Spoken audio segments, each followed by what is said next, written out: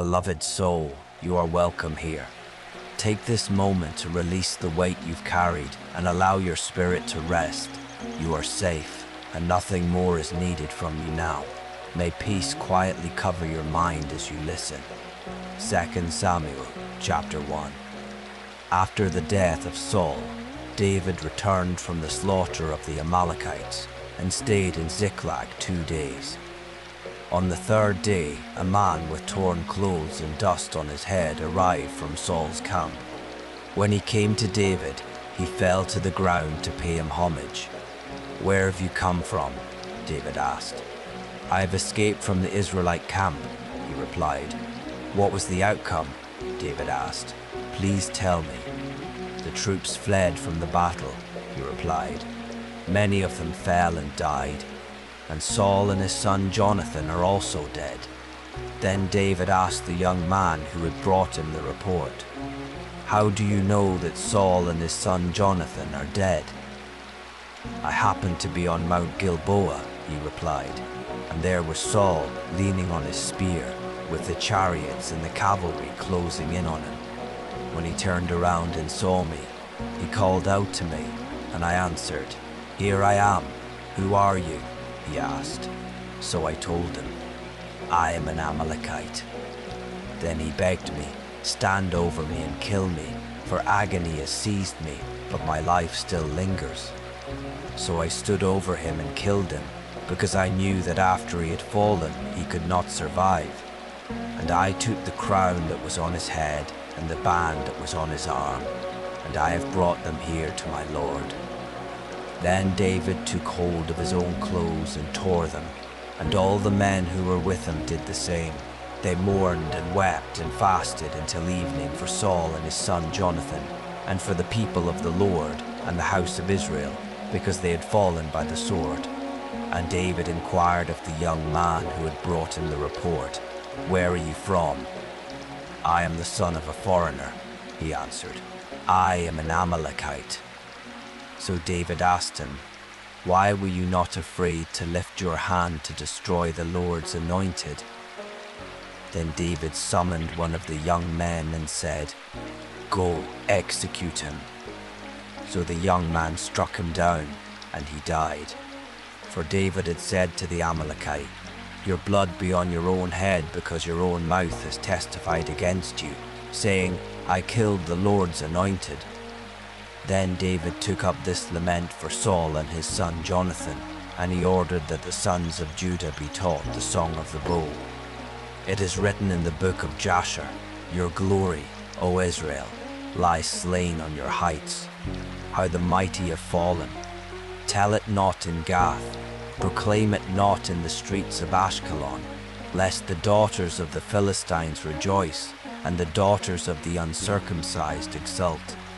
O mountains of Gilboa, may you have no dew or rain, no fields yielding offerings of grain. For there the shield of the mighty was defiled, the shield of Saul, no longer anointed with oil. From the blood of the slain, from the fat of the mighty, the bow of Jonathan did not retreat, and the sword of Saul did not return empty. Saul and Jonathan, beloved and delightful in life, were not divided in death.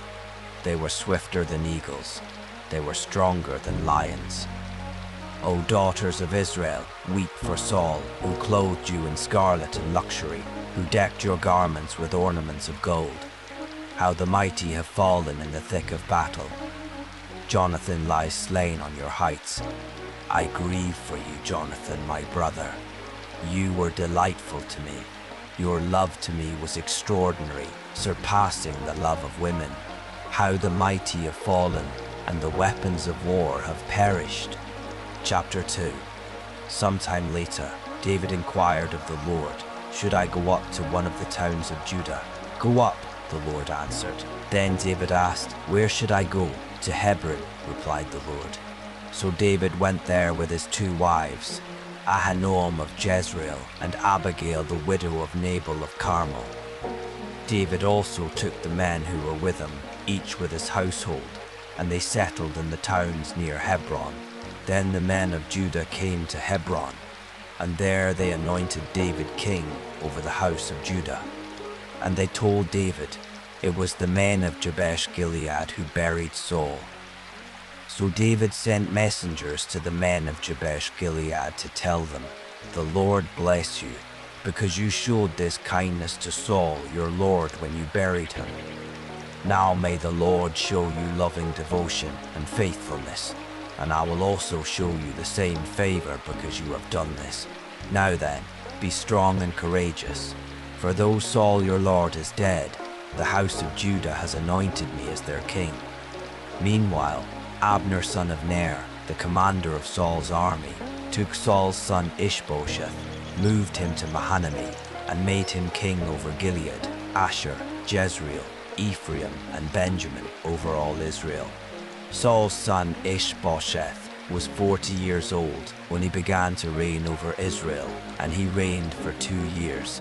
The house of Judah, however, followed David. And the length of time that David was king in Hebron over the house of Judah was 7 years and 6 months. One day, Abner son of Ner and the servants of Ishbosheth son of Saul marched out from Mahanaim to Gibeon. So Joab son of Zeruiah and the servants of David marched out and met them by the pool of Gibeon. And the two groups took up positions on opposite sides of the pool. Then Abner said to Joab, "Let us have the young men get up and compete before us." "Let them get up," Joab replied. So they got up and were counted off, 12 for Benjamin and Ishbosheth son of Saul, and 12 for David. Then each man grabbed his opponent by the head and thrust his sword into his opponent's side, and they all fell together. So this place, which is in Gibeon, is called Helkath Hazurim. The battle that day was intense, and Abner and the men of Israel were defeated by the servants of David. The 3 sons of Zeruiah were there, Joab, Abishai, and Asahel. Now Asahel was fleet of foot like a wild gazelle, and he chased Abner, not turning to the right or to the left in his pursuit. And Abner glanced back and said, "Is that you, Asahel?" "It is," Asahel replied. So Abner told him, "Turn to your right or to your left, seize one of the young men, and take his equipment for yourself." But Asahel would not stop chasing him. Once again, Abner warned Asahel, "Stop chasing me. Why should I strike you to the ground? How could I show my face to your brother Joab?" But Asahel refused to turn away. So Abner thrust the butt of his spear into his stomach, and it came out his back, and he fell dead on the spot. And every man paused when he came to the place where Asahel had fallen and died. But Joab and Abishai pursued Abner. By sunset, they had gone as far as the hill of Ammah opposite Giah, on the way to the wilderness of Gibeon. The Benjamites rallied to Abner, formed a single unit, and took their stand atop a hill. Then Abner called out to Joab, "Must the sword devour forever? Do you not realize that this will only end in bitterness? How long before you tell the troops to stop pursuing their brothers?" "As surely as God lives," Joab replied, "if you had not spoken up, the troops would have continued pursuing their brothers until morning." So Joab blew the ram's horn, and all the troops stopped. They no longer pursued Israel or continued to fight. And all that night Abner and his men marched through the Arabah. They crossed the Jordan, marched all morning, and arrived at Mahanaim. When Joab returned from pursuing Abner, he gathered all the troops. In addition to Asahel, 19 of David's servants were missing, but they had struck down 360 Benjamites who were with Abner. And they took Asahel and buried him in his father's tomb in Bethlehem. Then Joab and his men marched all night and reached Hebron at daybreak. Chapter 3. Now the war between the house of Saul and the house of David was protracted, and David grew stronger and stronger, while the house of Saul grew weaker and weaker. And sons were born to David in Hebron. His firstborn was Amnon by Ahinoam of Jezreel. His second was Chileab, by Abigail the widow of Nabal of Carmel. His third was Absalom, the son of Maacah, daughter of King Talmai of Geshur. His fourth was Adonijah, the son of Haggith. His fifth was Shephatiah, the son of Abital, and his sixth was Ithream, by David's wife Eglah. These sons were born to David in Hebron. During the war between the house of Saul and the house of David, Abner had continued to strengthen his position in the house of Saul. Now Saul had a concubine named Rizpah, the daughter of Aiah. So Ishbosheth questioned Abner, "Why did you sleep with my father's concubine?" Abner was furious over Ishbosheth's accusation. "Am I the head of a dog that belongs to Judah?" he asked. "All this time I have been loyal to the house of your father Saul, to his brothers, and to his friends. I have not delivered you into the hand of David, but now you accuse me of wrongdoing with this woman. May God punish Abner, and ever so severely, if I do not do for David what the Lord has sworn to him, to transfer the kingdom from the house of Saul, and to establish the throne of David over Israel and Judah, from Dan to Beersheba." And for fear of Abner, Ishbosheth did not dare to say another word to him.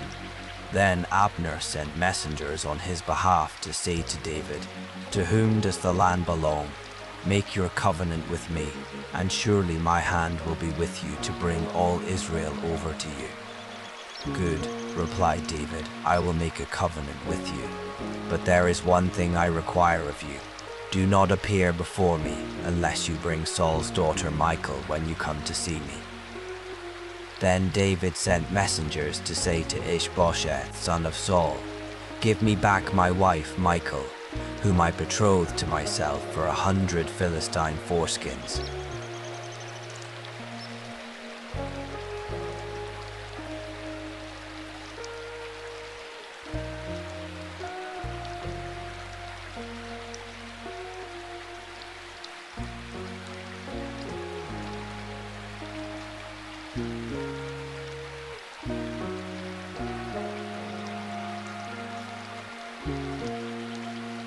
Her husband followed her, weeping all the way to Bahurim. Then Abner said to him, "Go back." So he returned home. Now Abner conferred with the elders of Israel and said, "In the past you sought David as your king. Now take action, because the Lord has said to David, 'Through my servant David I will save my people Israel from the hands of the Philistines and of all their enemies.'" Abner also spoke to the Benjamites. Then he went to Hebron to tell David all that seemed good to Israel and to the whole house of Benjamin. When Abner and 20 of his men came to David at Hebron, David held a feast for them. Then Abner said to David, "Let me go at once, and I will gather all Israel to my lord the king, that they may make a covenant with you, and that you may rule over all that your heart desires." So David dismissed Abner, and he went in peace. Just then David's soldiers and Joab returned from a raid, bringing with them a great plunder. But Abner was not with David in Hebron, because David had sent him on his way in peace. When Joab and all his troops arrived, he was informed, "Abner son of Ner came to see the king, who sent him on his way in peace." So Joab went to the king and said, "What have you done? Look, Abner came to you. Why did you dismiss him? Now he is getting away. Surely you realize that Abner son of Ner came to deceive you and to track your movements in all that you are doing." As soon as Joab had left David, he sent messengers after Abner, who brought him back from the well of Zerah. But David was unaware of it. When Abner returned to Hebron, Joab pulled him aside into the gateway, as if to speak to him privately, and there Joab stabbed him in the stomach. So Abner died on account of the blood of Joab's brother Asahel. Afterward, David heard about this and said, "I and my kingdom are forever guiltless before the Lord concerning the blood of Abner son of Ner. May it whirl over the head of Joab, and over the entire house of his father. And may the house of Joab never be without one having a discharge or skin disease, or one who leans on a staff or falls by the sword or lacks food. Joab and his brother Abishai murdered Abner because he had killed their brother Asahel in the battle at Gibeon.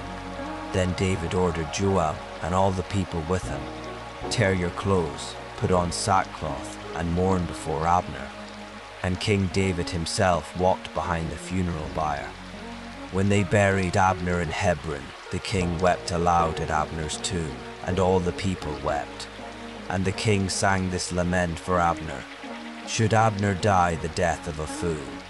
Your hands were not bound, your feet were not fettered.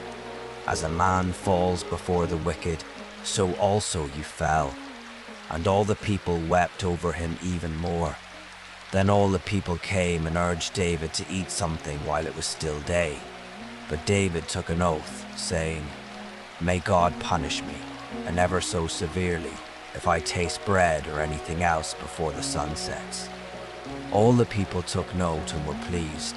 In fact, everything the king did pleased them. So on that day, all the troops and all Israel were convinced that the king had no part in the murder of Abner, son of Ner. Then the king said to his servants, "Do you not realize that a great prince has fallen today in Israel? And I am weak this day, though anointed as king. And these men, the sons of Zeruiah, are too fierce for me. May the Lord repay the evildoer according to his evil. Let each breath draw you deeper into comfort and ease." Chapter 4. Now when Ishbosheth, son of Saul, heard that Abner had died in Hebron, he lost courage, and all Israel was dismayed. Saul's son had 2 men who were leaders of raiding parties. One was named Baanah and the other Reshab. They were sons of Rimmon the Beerothite of the tribe of Benjamin. Beeroth is considered part of Benjamin because the Beerothites fled to Gittaim and have lived there as foreigners to this day. And Jonathan, son of Saul, had a son who was lame in his feet. He was 5 years old when the report about Saul and Jonathan came from Jezreel. His nurse picked him up and fled, but as she was hurrying to escape, he fell and became lame. His name was Mephibosheth. Now Reshab and Baanah, the sons of Rimmon the Beerothite, set out and arrived at the house of Ishbosheth in the heat of the day, while the king was taking his midday nap. They entered the interior of the house as if to get some wheat, and they stabbed him in the stomach. Then Reshab and his brother Baanah slipped away. They had entered the house while Ishbosheth was lying on his bed, and having stabbed and killed him, they beheaded him, took his head, and travelled all night by way of the Arabah.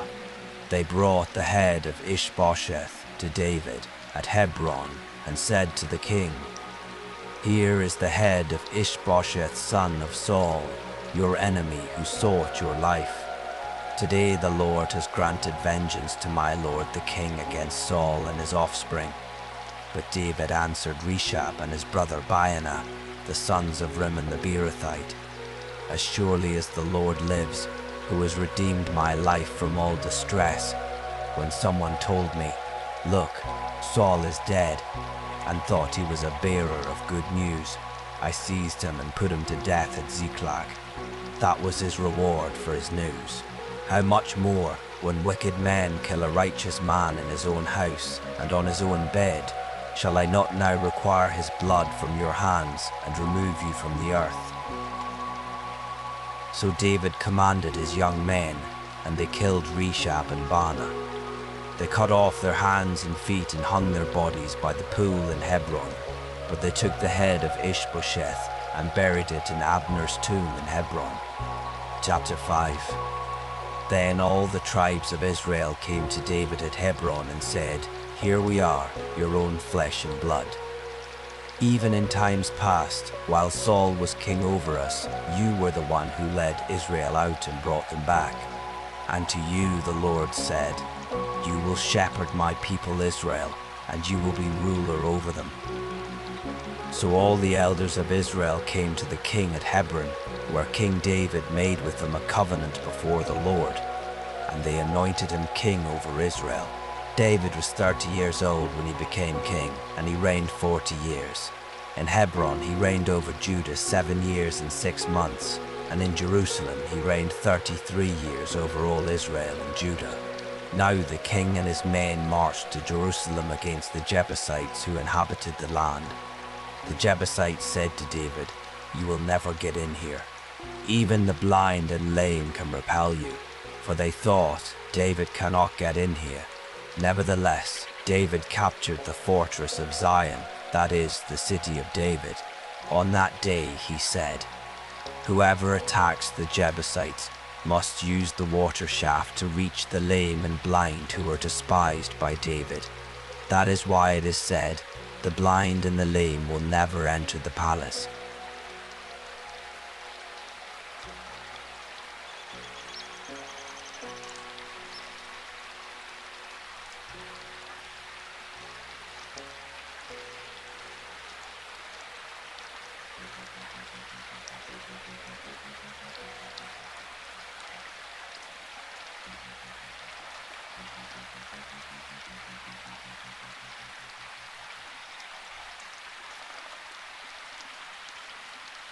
He built it up all the way around, from the supporting terraces inward, and David became greater and greater, for the Lord God of hosts was with him.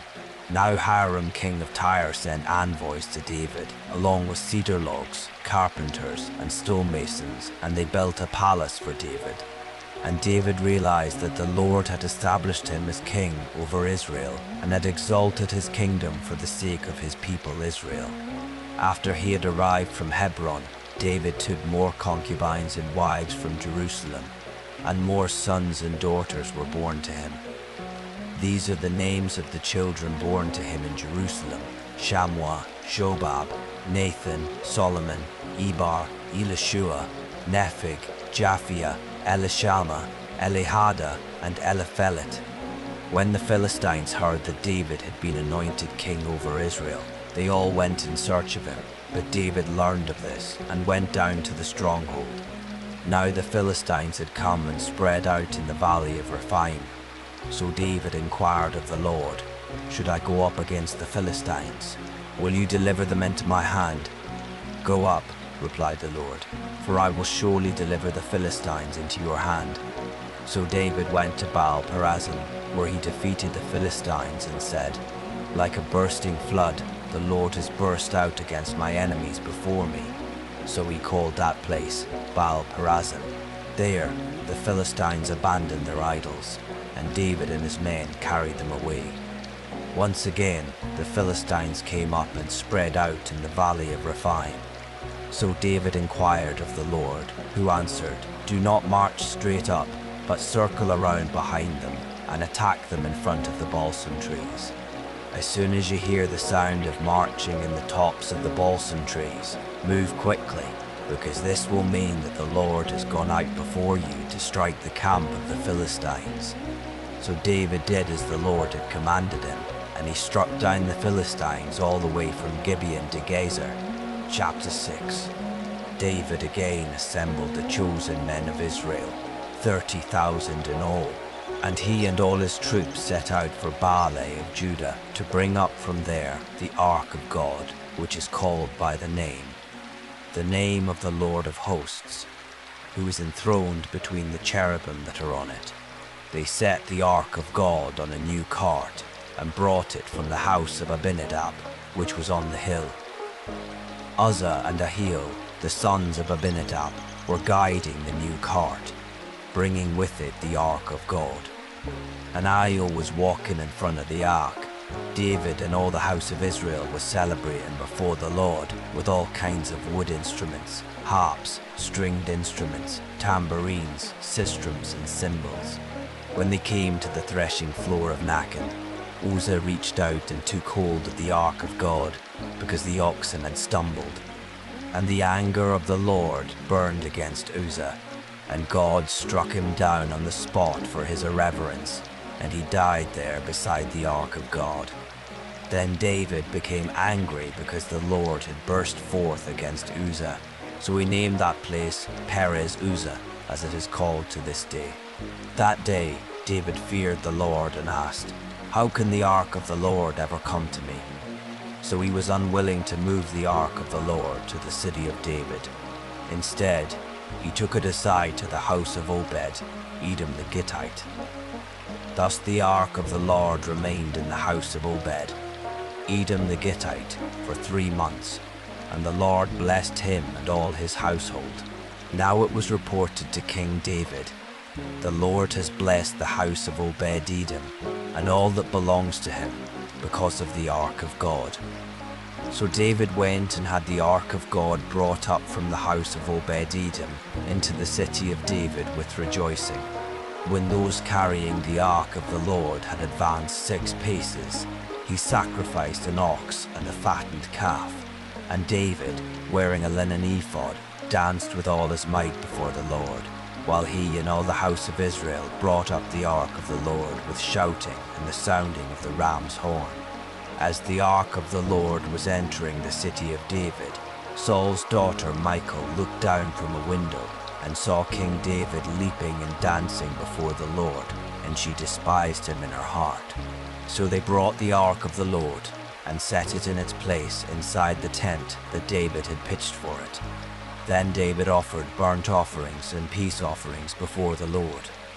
When David had finished sacrificing the burnt offerings and peace offerings, he blessed the people in the name of the Lord of hosts. Then he distributed to every man and woman among the multitude of Israel a loaf of bread, a date cake, and a raisin cake. And all the people departed, each to his own home. When David returned home to bless his own household, Saul's daughter Michal came out to meet him. "How the king of Israel has distinguished himself today," she said. "He has uncovered himself today in the sight of the maidservants of his subjects, like a vulgar person would do." But David said to Michal, "I was dancing before the Lord, who chose me over your father and all his house when he appointed me ruler over the Lord's people Israel. I will celebrate before the Lord, and I will humiliate and humble myself even more than this. Yet I will be honored by the maidservants of whom you have spoken." And Michal, the daughter of Saul, had no children to the day of her death. It's all right to let go of worries and simply be present. Chapter 7. After the king had settled into his palace, and the Lord had given him rest from all his enemies around him, he said to Nathan the prophet, "Here I am, living in a house of cedar, while the ark of God remains in a tent." And Nathan replied to the king, "Go and do all that is in your heart, for the Lord is with you." But that night the word of the Lord came to Nathan, saying, "Go and tell my servant David that this is what the Lord says. Are you the one to build for me a house to dwell in? For I have not dwelt in a house from the day I brought the Israelites up out of Egypt until this day, but I have moved about with a tent as my dwelling. In all my journeys with all the Israelites, have I ever asked any of the leaders I appointed to shepherd my people Israel, 'Why haven't you built me a house of cedar?' Now then, you are to tell my servant David that this is what the Lord of hosts says. I took you from the pasture, from following the flock, to be the ruler over my people Israel. I have been with you wherever you have gone, and I have cut off all your enemies from before you. Now I will make for you a name like that of the greatest in the land. And I will provide a place for my people Israel, and will plant them so that they may dwell in a place of their own and be disturbed no more. No longer will the sons of wickedness oppress them, as they did at the beginning, and have done since the day I appointed judges over my people Israel. I will give you rest from all your enemies. The Lord declares to you that he himself will establish a house for you. And when your days are fulfilled and you rest with your fathers, I will raise up your descendant after you, who will come from your own body, and I will establish his kingdom. He will build a house for my name, and I will establish the throne of his kingdom forever. I will be his father, and he will be my son. When he does wrong, I will discipline him with the rod of men and with the blows of the sons of men. But my loving devotion will never be removed from him, as I removed it from Saul, whom I removed from before you. Your house and kingdom will endure forever before me, and your throne will be established forever." So Nathan relayed to David all the words of this entire revelation. Then King David went in, sat before the Lord, and said, "Who am I, O Lord God, and what is my house, that you have brought me this far? And as if this was a small thing in your eyes, O Lord Geo God, you have also spoken about the future of the house of your servant. Is this your custom with man, O Lord Geo God? What more can David say to you? For you know your servant, O Lord Geo God. For the sake of your word and according to your own heart, you have accomplished this great thing and revealed it to your servant. How great you are, O Lord Geo God, for there is none like you, and there is no God but you, according to everything we have heard with our own ears. And who is like your people Israel, the one nation on earth whom God went out to redeem as a people for himself and to make a name for himself? You performed great and awesome wonders by driving out nations and their gods from before your people, whom you redeemed for yourself from Egypt. For you have established your people Israel as your very own forever, and you, O Lord, have become their God. And now, O Lord God, confirm forever the word you have spoken concerning your servant and his house. Do as you have promised, so that your name will be magnified forever when it is said, "The Lord of hosts is God over Israel," and the house of your servant David will be established before you. For you, O Lord of hosts, the God of Israel, have revealed this to your servant when you said, "I will build a house for you." Therefore your servant has found the courage to offer this prayer to you. And now, O Lord Geo God, you are God. Your words are true, and you have promised this goodness to your servant. Now therefore, may it please you to bless the house of your servant, that it may continue forever before you.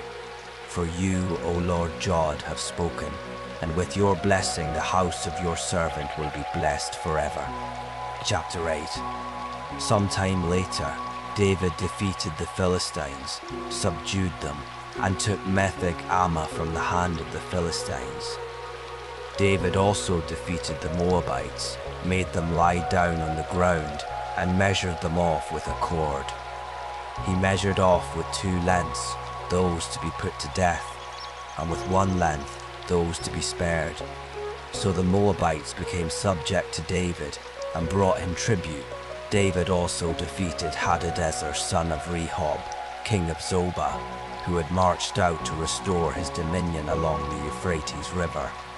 David captured from him 1,000 chariots, 7,000 charioteers, and 20,000 foot soldiers, and he hamstrung all the horses except 100 he kept for the chariots. When the Arameans of Damascus came to help King Hadadezer of Zobah, David struck down 22,000 of their men. Then he placed garrisons in Aram of Damascus, and the Arameans became subject to David and brought him tribute. So the Lord made David victorious wherever he went. And David took the gold shields that belonged to the officers of Hadadezer and brought them to Jerusalem. And from Beta and Berothai, cities of Hadadezer, King David took a large amount of bronze. When King Toi of Hamath heard that David had defeated the entire army of Hadadezer, he sent his son Joram to greet King David and bless him for fighting and defeating Hadadezer, who had been at war with Toi.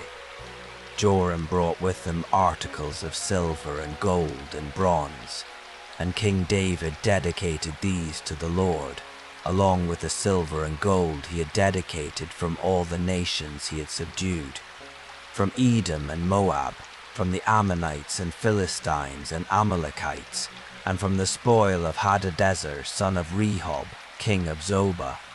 And David made a name for himself when he returned from striking down 18,000 Edomites in the Valley of Salt. He placed garrisons throughout Edom, and all the Edomites were subject to David. So the Lord made David victorious wherever he went. Thus David reigned over all Israel and administered justice and righteousness for all his people. Joab son of Zeruiah was over the army. Jehoshaphat son of Ahilud was the recorder. Zadok son of Ahitub and Ahimelech son of Abiathar were priests. Sariah was the scribe. Benaiah son of Jehoiada was over the Cherethites and Pelethites, and David's sons were priestly leaders. Chapter 9. Then David asked, "Is there anyone left from the house of Saul to whom I can show kindness for the sake of Jonathan?" And there was a servant of the house of Saul named Ziba. They summoned him to David, and the king inquired, "Are you Ziba?" "I am your servant," he replied. So the king asked, "Is there anyone left of the house of Saul to whom I can show the kindness of God?" Ziba answered, "There is still Jonathan's son, who is lame in both feet." "Where is he?" replied the king. And Ziba said, "Indeed, he is in Lodabar at the house of Meshir son of Amiel." So King David had him brought from the house of Meshir son of Amiel in Lodabar. And when Mephibosheth son of Jonathan, the son of Saul, came to David, he fell face down in reverence. Then David said, "Mephibosheth." "I am your servant," he replied. "Do not be afraid," said David, "for surely I will show you kindness for the sake of your father Jonathan. I will restore to you all the land of your grandfather Saul, and you will always eat at my table." Mephibosheth bowed down and said, "What is your servant, that you should show regard for a dead dog like me?" Then the king summoned Saul's servant Ziba and said to him, "I have given to your master's grandson all that belonged to Saul and to all his house. You and your sons and servants are to work the ground for him and bring in the harvest, so that your master's grandson may have food to eat. But Mephibosheth, your master's grandson, is always to eat at my table." Now Ziba had 15 sons and 20 servants, and Ziba said to the king, "Your servant will do all that my lord the king has commanded." So Mephibosheth ate at David's table like one of the king's own sons. And Mephibosheth had a young son named Micah, and all who dwelt in the house of Ziba were servants of Mephibosheth. So Mephibosheth lived in Jerusalem, because he always ate at the king's table, and he was lame in both feet. Here there is gentle space for your heart to unwind. Chapter 10. Sometime later, the king of the Ammonites died and was succeeded by his son Hanun. And David said, "I will show kindness to Hanun, son of Nahash, just as his father showed kindness to me." So David sent some of his servants to console Hanun concerning his father. But when they arrived in the land of the Ammonites, the princes of the Ammonites said to Hanun their lord, "Just because David has sent you comforters, do you really believe he is showing respect for your father? Has not David instead sent his servants to explore the city, spy it out, and overthrow it?"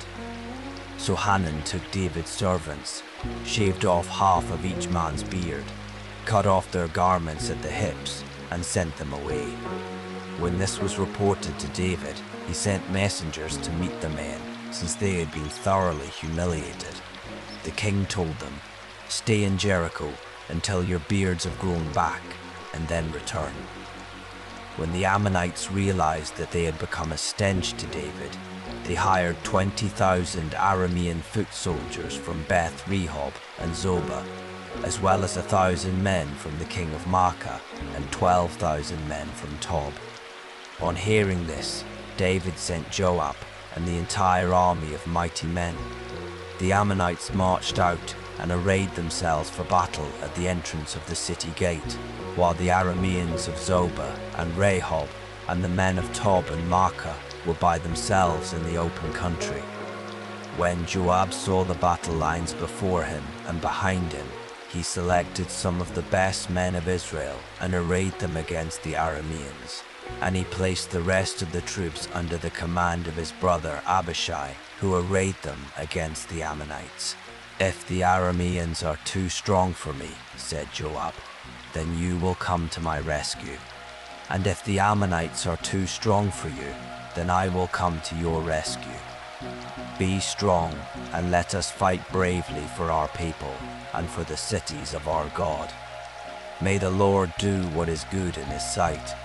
So Joab and his troops advanced to fight the Arameans, who fled before him. When the Ammonites saw that the Arameans had fled, they too fled before Abishai, and they entered the city. So Joab returned from fighting against the Ammonites and came to Jerusalem. When the Arameans saw that they had been defeated by Israel, they regrouped. Hadadezer sent messengers to bring more Arameans from beyond the Euphrates, and they came to Helam with Shobach, the commander of Hadadezer's army, leading them. When this was reported to David, he gathered all Israel, crossed the Jordan, and went to Helam. Then the Arameans arrayed themselves against David and fought against him. But the Arameans fled before Israel, and David killed 700 charioteers and 40,000 foot soldiers. He also struck down Shobach, the commander of their army, who died there. When all the kings who were subject to Hadadezer saw that they had been defeated by Israel, they made peace with Israel and became subject to them. So the Arameans were afraid to help the Ammonites anymore. Chapter 11. In the spring, at the time when kings march out to war, David sent out Joab and his servants with the whole army of Israel. They destroyed the Ammonites and besieged Rabbah, but David remained in Jerusalem. One evening, David got up from his bed and strolled around on the roof of the palace. And from the roof he saw a woman bathing, a very beautiful woman. So David sent and inquired about the woman, and he was told, "This is Bathsheba, the daughter of Eliam, and the wife of Uriah the Hittite." Then David sent messengers to get her, and when she came to him, he slept with her. Now she had just purified herself from her uncleanness. Then she returned home, and the woman conceived and sent word to David, saying, "I am pregnant." At this, David sent orders to Joab, "Send me Uriah the Hittite." So Joab sent him to David. When Uriah came to him, David asked how Joab and the troops were doing and how the war was going. Then he said to Uriah, "Go down to your house and wash your feet." So Uriah left the palace, and a gift from the king followed him. But Uriah slept at the door of the palace with all his master's servants. He did not go down to his house, and David was told, "Uriah did not go home." "Haven't you just arrived from a journey?" David asked Uriah. "Why didn't you go home?" Uriah answered, "The ark and Israel and Judah are dwelling in tents, and my master Joab and his soldiers are camped in the open field. How can I go to my house to eat and drink and sleep with my wife? As surely as you live, and as your soul lives, I will not do such a thing." "Stay here one more day," David said to Uriah, "and tomorrow I will send you back." So Uriah stayed in Jerusalem that day and the next. Then David invited Uriah to eat and drink with him, and he got Uriah drunk. And in the evening Uriah went out to lie down on his cot with his master's servants, but he did not go home. The next morning David wrote a letter to Joab and sent it with Uriah. In the letter he wrote, "Put Uriah at the front of the fiercest battle, then withdraw from him, so that he may be struck down and killed." So as Joab besieged the city, he assigned Uriah to a place where he knew the strongest enemy soldiers were. And when the men of the city came out and fought against Joab, some of David's servants fell, and Uriah the Hittite also died. Joab sent to David a full account of the battle and instructed the messenger, "When you have finished giving the king a full account of the battle, if the king's anger flares, he may ask you, 'Why did you get so close to the city to fight? Did you not realize they would shoot from atop the wall?' Who struck Abimelech, son of Jerubbesheth? Was it not a woman who dropped an upper millstone on him from the wall, so that he died in Thebez? Why did you get so close to the wall? If he asks you this, then you are to say, your servant Uriah the Hittite is dead as well. So the messenger set out and reported to David all that Joab had sent him to say. The messenger said to David, "The men overpowered us and came out against us in the field, but we drove them back to the entrance of the gate. Then the archers shot at your servants from the wall, and some of the king's servants were killed. And your servant Uriah the Hittite is dead as well." Then David told the messenger, "Say this to Joab, do not let this matter upset you, for the sword devours one as well as another. Strengthen your attack against the city and demolish it." Encourage him with these words. When Uriah's wife heard that her husband was dead, she mourned for him. And when the time of mourning was over, David had her brought to his house, and she became his wife and bore him a son. But the thing that David had done was evil in the sight of the Lord. Chapter 12. Then the Lord sent Nathan to David, and when he arrived, he said, "There were two men in a certain city, one rich and the other poor. The rich man had a great number of sheep and cattle, but the poor man had nothing except one small ewe lamb that he had bought. He raised it, and it grew up with him and his children. It shared his food and drank from his cup. It slept in his arms and was like a daughter to him. Now a traveler came to the rich man, who refrained from taking one of his own sheep or cattle to prepare for the traveler who had come to him. Instead, he took the poor man's lamb and prepared it for his guest. David burned with anger against the man and said to Nathan, "As surely as the Lord lives, the man who did this deserves to die. Because he has done this thing and has shown no pity, he must pay for the lamb 4 times over." Then Nathan said to David, "You are that man. This is what the Lord, the God of Israel, says. I anointed you king over Israel, and I delivered you from the hand of Saul. I gave your master's house to you and your master's wives into your arms. I gave you the house of Israel and Judah, and if that was not enough, I would have given you even more. Why then have you despised the command of the Lord by doing evil in his sight? You put Uriah the Hittite to the sword and took his wife as your own. You have slain him with the sword of the Ammonites.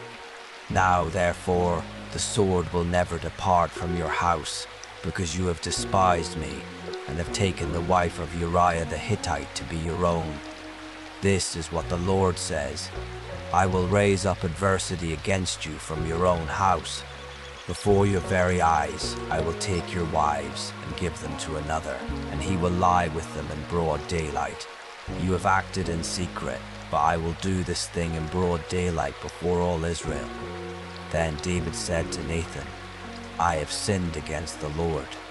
"The Lord has taken away your sin," Nathan replied. "You will not die. Nevertheless, because by this deed you have shown utter contempt for the word of the Lord, the son born to you will surely die." After Nathan had gone home, the Lord struck the child that Uriah's wife had borne to David, and he became ill. David pleaded with God for the boy. He fasted and went into his house and spent the night lying in sackcloth on the ground. The elders of his household stood beside him to help him up from the ground, but he was unwilling and would not eat anything with them. On the 7th day, the child died. But David's servants were afraid to tell him that the child was dead, for they said, "Look, while the child was alive, we spoke to him, and he would not listen to us. So how can we tell him the child is dead?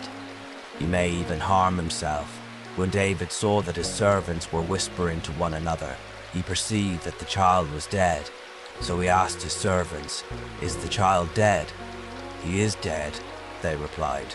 Then David got up from the ground, washed and anointed himself, changed his clothes, and went into the house of the Lord and worshipped. Then he went to his own house, and at his request they set food before him, and he ate. "What is this you have done?" his servants asked.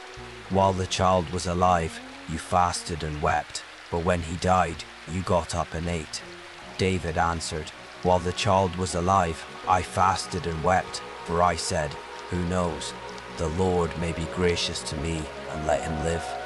But now that he is dead, why should I fast? Can I bring him back again? I will go to him, but he will not return to me."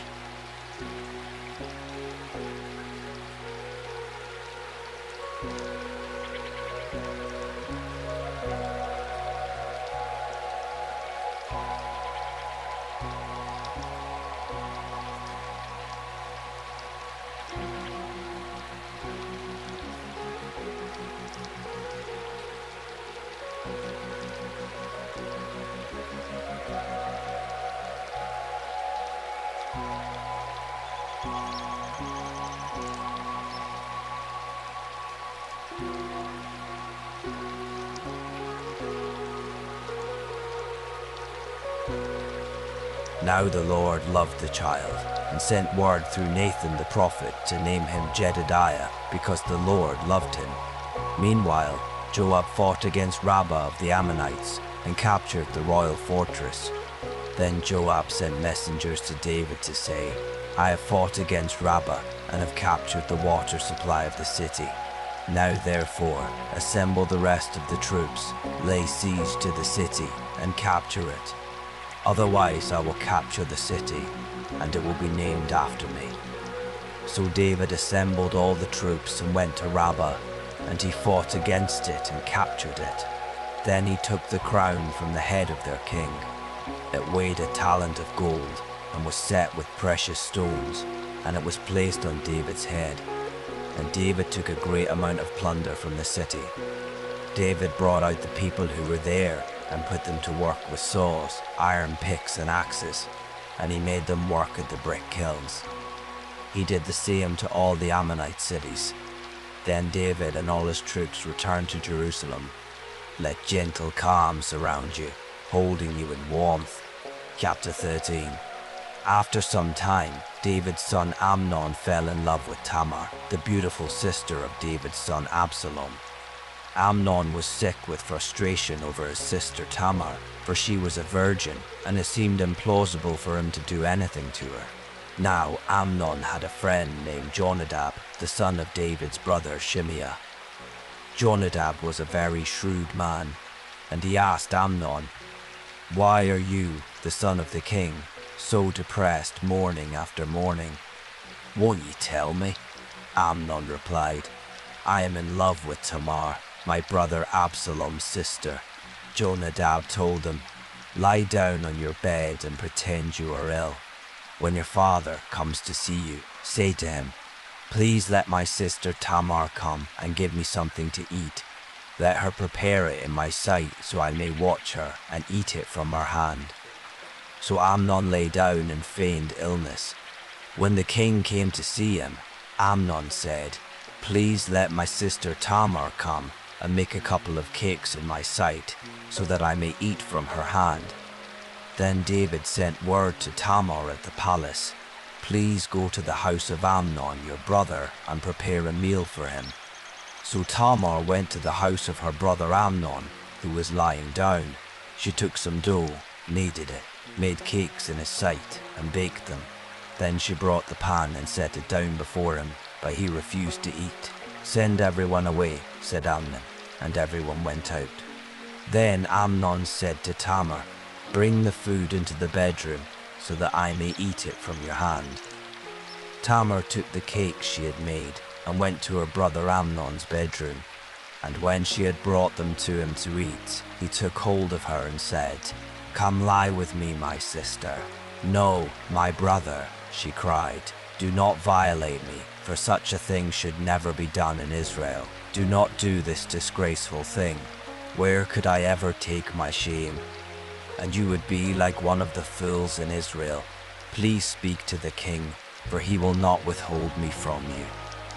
But Amnon refused to listen to her, and being stronger, he violated her and lay with her. Then Amnon hated Tamar with such intensity that his hatred was greater than the love he previously had. "Get up," he said to her. "Be gone." "No," she replied. "Sending me away is worse than this great wrong you have already done to me." But he refused to listen to her. Instead, he called to his attendant and said, "Throw this woman out and bolt the door behind her." So Amnon's attendant threw her out and bolted the door behind her. Now Tamar was wearing a robe of many colors, because this is what the king's virgin daughters wore. And Tamar put ashes on her head and tore her robe. And putting her hand on her head, she went away crying aloud. Her brother Absalom said to her, "Has your brother Amnon been with you? Be quiet for now, my sister. He is your brother. Do not take this thing to heart." So Tamar lived as a desolate woman in the house of her brother Absalom. When King David heard all this, he was furious, and Absalom never said a word to Amnon, either good or bad, because he hated Amnon for violating his sister Tamar. 2 years later, when Absalom's sheep shearers were at Baal Hazor near Ephraim, he invited all the sons of the king. And he went to the king and said, "Your servant has just hired shearers. Will the king and his servants please come with me?" "No, my son," the king replied. "We should not all go, or we would be a burden to you." Although Absalom urged him, he was not willing to go, but gave him his blessing. "If not," said Absalom, "please let my brother Amnon go with us." "Why should he go with you?" the king asked. But Absalom urged him, so the king sent Amnon and the rest of his sons. Now Absalom had ordered his young men, "Watch Amnon, until his heart is merry with wine. And when I order you to strike Amnon down, you are to kill him. Do not be afraid. Have I not commanded you? Be courageous and valiant." So Absalom's young men did to Amnon just as Absalom had ordered. Then all the other sons of the king got up, and each one fled on his mule. While they were on the way, a report reached David. "Absalom has struck down all the sons of the king. Not one of them is left." Then the king stood up, tore his clothes, and lay down on the ground. And all his servants stood by with their clothes torn. But Jonadab, the son of David's brother Shimeah, spoke up. "My lord must not think they have killed all the sons of the king, for only Amnon is dead. In fact, Absalom has planned this since the day Amnon violated his sister Tamar. So now, my lord the king, do not take to heart the report that all the sons of the king are dead. Only Amnon is dead." Meanwhile, Absalom had fled. When the young man standing watch looked up, he saw many people coming down the road west of him, along the side of the hill. And the watchman went and reported to the king, "I see men coming from the direction of Horonaim, along the side of the hill." So Jonadab said to the king, "Look, the sons of the king have arrived. It is just as your servant said." And as he finished speaking, the sons of the king came in, wailing loudly. Then the king and all his servants also wept very bitterly. Now Absalom fled and went to Talmai son of Ammihud, the king of Geshur. But David mourned for his son every day. After Absalom had fled and gone to Geshur, he stayed there 3 years. And King David longed to go to Absalom, for he had been consoled over Amnon's death. Chapter 14. Now Joab son of Zeruiah perceived that the king's heart longed for Absalom. So Joab sent to Tekoa to bring a wise woman from there. He told her, "Please pretend to be a mourner. Put on clothes for mourning and do not anoint yourself with oil. Act like a woman who has mourned for the dead a long time. Then go to the king and speak these words to him." And Joab put the words in her mouth. When the woman from Tekoa went to the king, she fell face down in homage and said, "Help me, O king." "What troubles you?" the king asked her. "Indeed," she said, I am a widow, for my husband is dead. And your maidservant had 2 sons who were fighting in the field with no one to separate them, and one struck the other and killed him. Now the whole clan has risen up against your maidservant and said, 'Hand over the one who struck down his brother, that we may put him to death for the life of the brother whom he killed. Then we will cut off the heir as well.' So they would extinguish my one remaining ember by not preserving my husband's name or posterity on the earth. 'Go home,' the king said to the woman, 'and I will give orders on your behalf.' But the woman of Tekoa said to the king, 'My lord the king, may any blame be on me and on my father's house, and may the king and his throne be guiltless. If anyone speaks to you,' said the king, 'bring him to me, and he will not trouble you again.' 'Please,' she replied, 'may the king invoke the Lord your God to prevent the avenger of blood from increasing the devastation, so that my son may not be destroyed.' 'As surely as the Lord lives,' he vowed, 'not a hair.' The woman asked, 'Why have you devised a thing like this against the people of God? When the king says this, does he not convict himself, since he has not brought back his own banished son? For we will surely die and be like water poured out on the ground, which cannot be recovered. Yet God does not take away a life, but he devises ways that the banished one may not be cast out from him.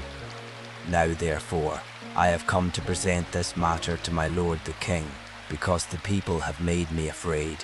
Your servant thought, I will speak to the king.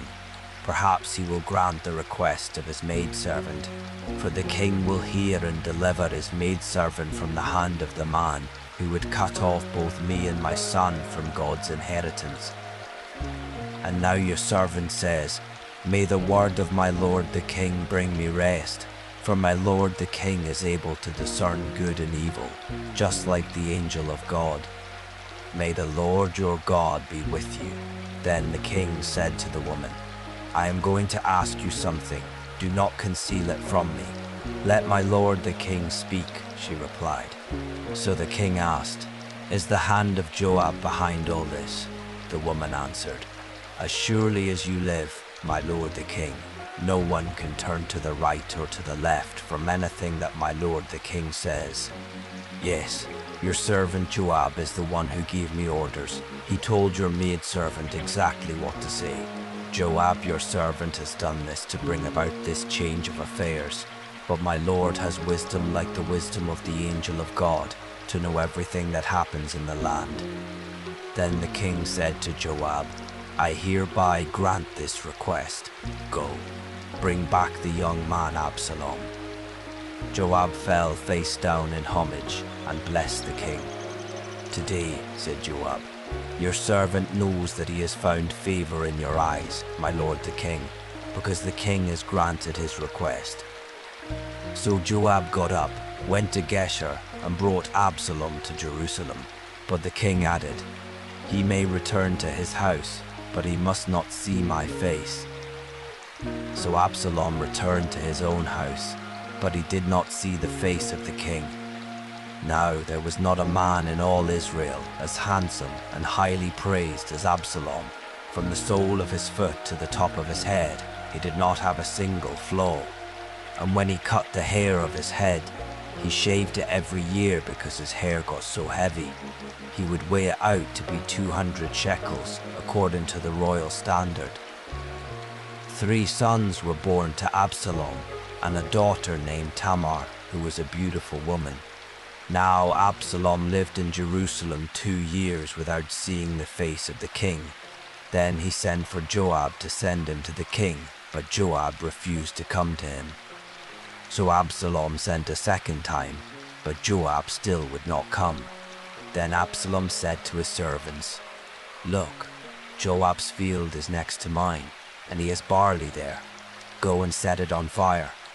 And Absalom's servants set the field on fire. Then Joab came to Absalom's house and demanded, Why did your servants set my field on fire? Look, said Absalom, I sent for you and said, Come here. I want to send you to the king to ask, Why have I come back from Geshur? It would be better for me if I were still there. So now, let me see the king's face, and if there is iniquity in me, let him kill me." So Joab went and told the king, and David summoned Absalom, who came to him and bowed face down before him. Then the king kissed Absalom. Chapter 15. Sometime later, Absalom provided for himself a chariot with horses and 50 men to run ahead of him. He would get up early and stand beside the road leading to the city gate. Whenever anyone had a grievance to bring before the king for a decision, Absalom would call out and ask, "What city are you from?" And if he replied, "Your servant is from one of the tribes of Israel," Absalom would say, "Look, your claims are good and right, but the king has no deputy to hear you." And he would add, "If only someone would appoint me judge in the land, then everyone with a grievance or dispute could come to me, and I would give him justice." Also, when anyone approached to bow down to him, Absalom would reach out his hand, take hold of him, and kiss him. Absalom did this to all the Israelites who came to the king for justice. In this way, he stole the hearts of the men of Israel. After 4 years had passed, Absalom said to the king, "Please, let me go to Hebron to fulfill a vow I have made to the Lord. For your servant made a vow while dwelling in Geshur of Aram, saying, 'If indeed the Lord brings me back to Jerusalem, I will worship the Lord in Hebron.'" "Go in peace," said the king. So Absalom got up and went to Hebron. Then Absalom sent spies throughout the tribes of Israel with this message: "When you hear the sound of the horn, you are to say, 'Absalom reigns in Hebron.'" 200 men from Jerusalem accompanied Absalom. They had been invited as guests, and they went along innocently, for they knew nothing about the matter. While Absalom was offering the sacrifices, he sent for Ahithophel, the Gilonite, David's counselor, to come from his hometown of Gilo. So the conspiracy gained strength, and Absalom's following kept increasing. Then a messenger came to David and reported, "The hearts of the men of Israel are with Absalom." And David said to all the servants with him in Jerusalem, "Arise and let us flee, or we will not escape from Absalom. We must leave quickly, or he will soon overtake us, heap disaster on us, and put the city to the sword." The king's servants replied, "Whatever our lord the king decides, we are your servants." Then the king set out, and his entire household followed him. But he left behind 10 concubines to take care of the palace. So the king set out with all the people following him. He stopped at the last house, and all his servants marched past him, all the Cherethites and Pelethites, and 600 Gittites who had followed him from Gath. Then the king said to Ittai the Gittite, "Why should you also go with us? Go back and stay with the new king, since you are both a foreigner and an exile from your homeland. In fact, you arrived only yesterday. Should I make you wander around with us today, while I do not know where I am going? Go back and take your brothers with you. May the Lord show you loving devotion and faithfulness." But Ittai answered the king, "As surely as the Lord lives, and as my lord the king lives, wherever my lord the king may be, whether it means life or death, there will your servant be." "March on then," said David to Ittai. So Ittai the Gittite marched past with all his men and all the little ones who were with him. Everyone in the countryside was weeping loudly as all the people passed by. And as the king crossed the Kidron Valley, all the people also passed toward the way of the wilderness. Zadok was also there, and all the Levites with him were carrying the Ark of the Covenant of God. And they set down the Ark of God, and Abiathar offered sacrifices until all the people had passed out of the city. Then the king said to Zadok, "Return the Ark of God to the city." If I find favor in the eyes of the Lord, he will bring me back and let me see both it and his dwelling place again. But if he should say, I do not delight in you, then here I am. Let him do to me whatever seems good to him. The king also said to Zadok the priest, Are you not a seer? Return to the city in peace, you with your son Ahimaaz, and Abiathar with his son Jonathan. See, I will wait at the fords of the wilderness until word comes from you to inform me. So Zadok and Abiathar returned the ark of God to Jerusalem and stayed there. But David continued up the Mount of Olives, weeping as he went up. His head was covered, and he was walking barefoot. And all the people with him covered their heads and went up, weeping as they went. Now someone told David, Ahithophel is among the conspirators with Absalom. So David pleaded, O Lord, please turn the counsel of Ahithophel into foolishness. When David came to the summit where he used to worship God, Hushai the Archite was there to meet him with his robe torn and dust on his head. David said to him, If you go on with me, you will be a burden to me. But you can thwart the counsel of Ahithophel for me if you return to the city and say to Absalom, I will be your servant, my king. In the past, I was your father's servant, but now I will be your servant. Will not Zadok and Abiathar the priests be there with you? Report to them everything you hear from the king's palace. Indeed, their two sons, Ahimaaz, son of Zadok, and Jonathan, son of Abiathar, are there with them.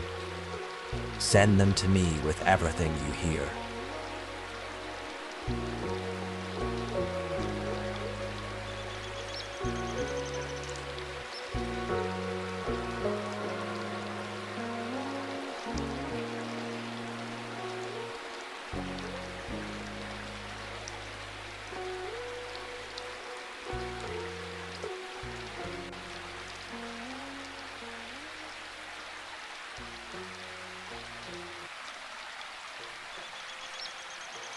You may find your mind drifting or your eyelids growing heavy, and that's perfectly fine. Chapter 6. When David had gone a little beyond the summit, Ziba the servant of Mephibosheth was there to meet him. He had a pair of saddled donkeys loaded with 200 loaves of bread, 100 clusters of raisins, 100 summer fruits, and a skin of wine. Why do you have these? Asked the king. Ziba replied, The donkeys are for the king's household to ride, the bread and summer fruit are for the young men to eat, and the wine is to refresh those who become exhausted in the wilderness. Where is your master's grandson? Asked the king. And Ziba answered, Indeed, he is staying in Jerusalem, for he has said, Today the house of Israel will restore to me the kingdom of my grandfather. So the king said to Ziba, All that belongs to Mephibosheth is now yours. I humbly bow before you, said Ziba. May I find favor in your eyes, my lord the king. As King David approached Bahurim, a man from the family of the house of Saul was just coming out. His name was Shimei, son of Gera, and as he approached, he kept yelling out curses. He threw stones at David and at all the servants of the king, though the troops and all the mighty men were on David's right and left. And as he yelled curses, Shimei said, get out, you worthless man of bloodshed. The Lord has paid you back for all the blood of the house of Saul, in whose place you have reigned, and the Lord has delivered the kingdom into the hand of your son Absalom. See, you have come to ruin because you are a man of bloodshed. Then Abishai, son of Zeruiah, said to the king, Why should this dead dog curse my lord the king? Let me go over and cut off his head. But the king replied, What have I to do with you, O sons of Zeruiah? If he curses me because the Lord told him, curse David, who can ask, Why did you do this? Then David said to Abishai and to all his servants, Behold, my own son, my own flesh and blood, seeks my life. How much more then, this Benjamite? Leave him alone and let him curse me, for the Lord has told him so. Perhaps the Lord will see my affliction and repay me with good for the cursing I received today. So David and his men proceeded along the road as Shimei went along the ridge of the hill opposite him. As Shimei went, he yelled curses, threw stones, and flung dust at David. Finally, the king and all the people with him arrived, exhausted, and there he refreshed himself. Then Absalom and all the men of Israel came to Jerusalem, and Ahithophel was with him. And David's friend Hushai the Archite went to Absalom and said to him, "Long live the king, long live the king. Is this the loyalty you show your friend?" Absalom replied, "Why did you not go with your friend?" "Not at all," Hushai answered, "for the one chosen by the Lord, by this people, and by all the men of Israel, his I will be, and with him I will remain. Furthermore, whom should I serve if not his son?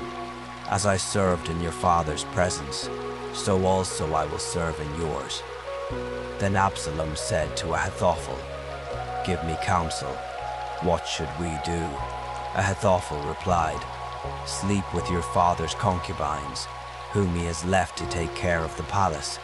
When all Israel hears that you have become a stench to your father, then the hands of all who are with you will be strengthened."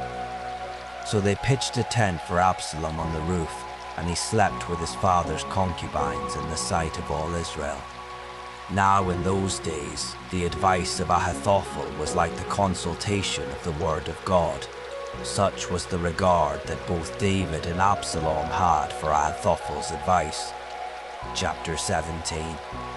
Furthermore, Ahithophel said to Absalom, "Let me choose 12,000 men and set out tonight in pursuit of David. I will attack him while he is weak and weary. I will throw him into a panic, and all the people with him will flee. I will strike down only the king, and bring all the people back to you as a bride returning to her husband. You seek the life of only one man, then all the people will be at peace." This proposal seemed good to Absalom and all the elders of Israel. Then Absalom said, "Summon Hushai the Archite as well, and let us hear what he too has to say." So Hushai came to Absalom, who told him, "Ahithophel has spoken this proposal. Should we carry it out? If not, what do you say?" Hushai replied, "This time the advice of Ahithophel is not sound." He continued, "You know your father and his men. They are mighty men, and as fierce as a wild bear robbed of her cubs. Moreover, your father is a man of war, who will not spend the night with the troops. Surely by now he is hiding in a cave or some other location. If some of your troops fall first, whoever hears of it will say, 'There has been a slaughter among the troops who follow Absalom.' Then even the most valiant soldier with the heart of a lion will melt with fear, because all Israel knows that your father is a mighty man who has valiant men with him.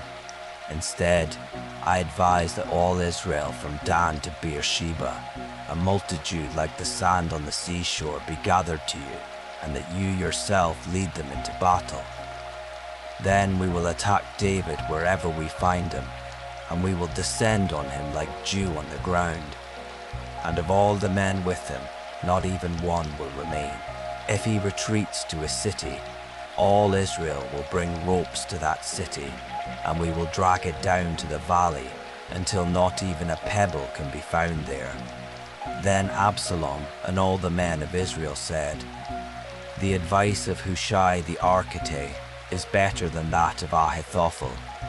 For the Lord had purposed to thwart the good counsel of Ahithophel in order to bring disaster on Absalom. So Hushai told Zadok and Abiathar, the priests, "This is what Ahithophel has advised Absalom and the elders of Israel, and this is what I have advised. Now send quickly and tell David, do not spend the night at the fords of the wilderness, but be sure to cross over. Otherwise the king and all the people with him will be swallowed up." Now Jonathan and Ahimaaz were staying at En Rogel, where a servant girl would come and pass along information to them. They in turn would go and inform King David, for they dared not be seen entering the city. But a young man did see them and told Absalom. So the two left quickly and came to the house of a man in Bahurim.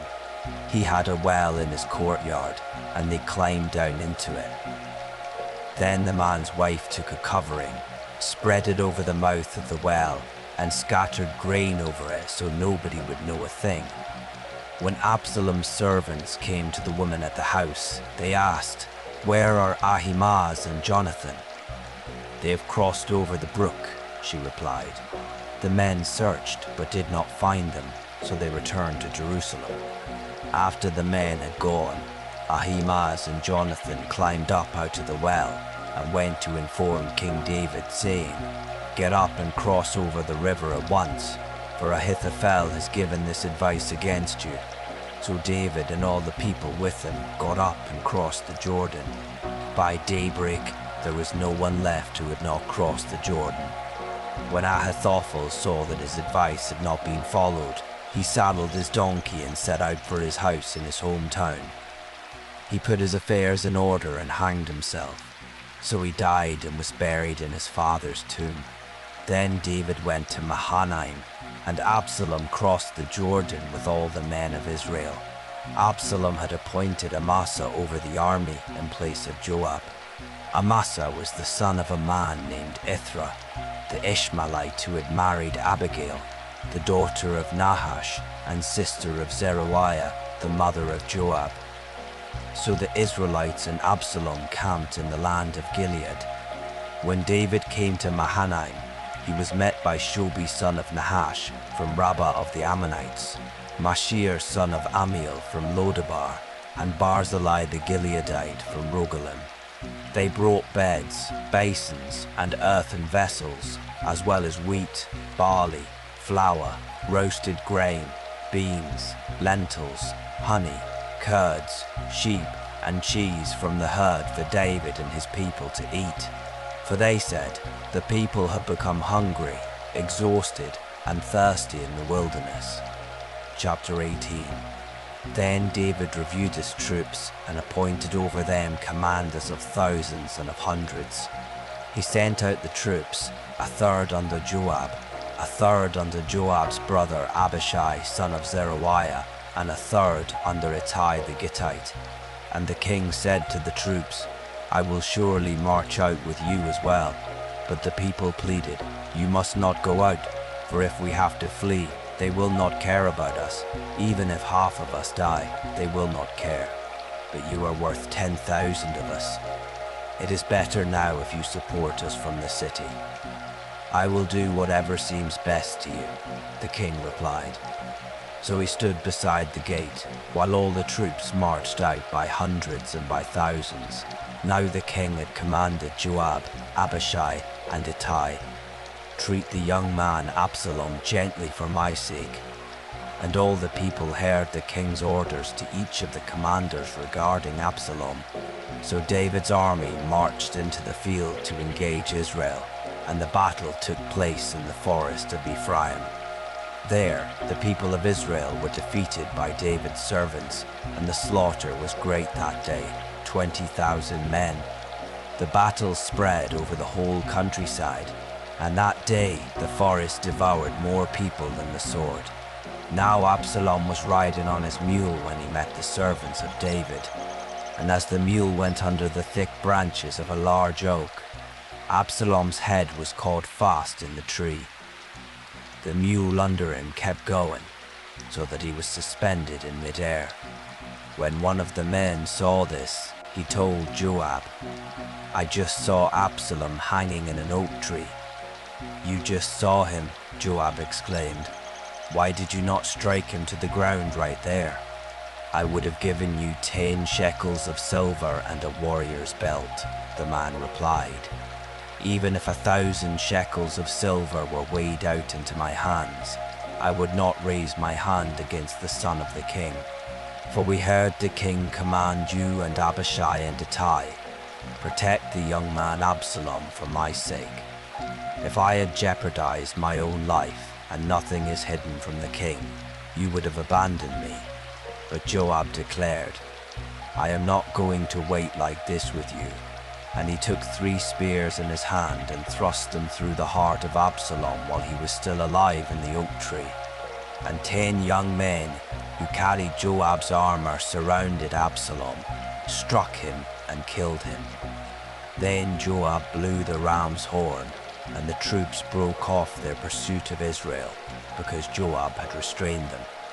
They took Absalom, cast him into a large pit in the forest, and piled a huge mound of stones over him. Meanwhile, all the Israelites fled, each to his home.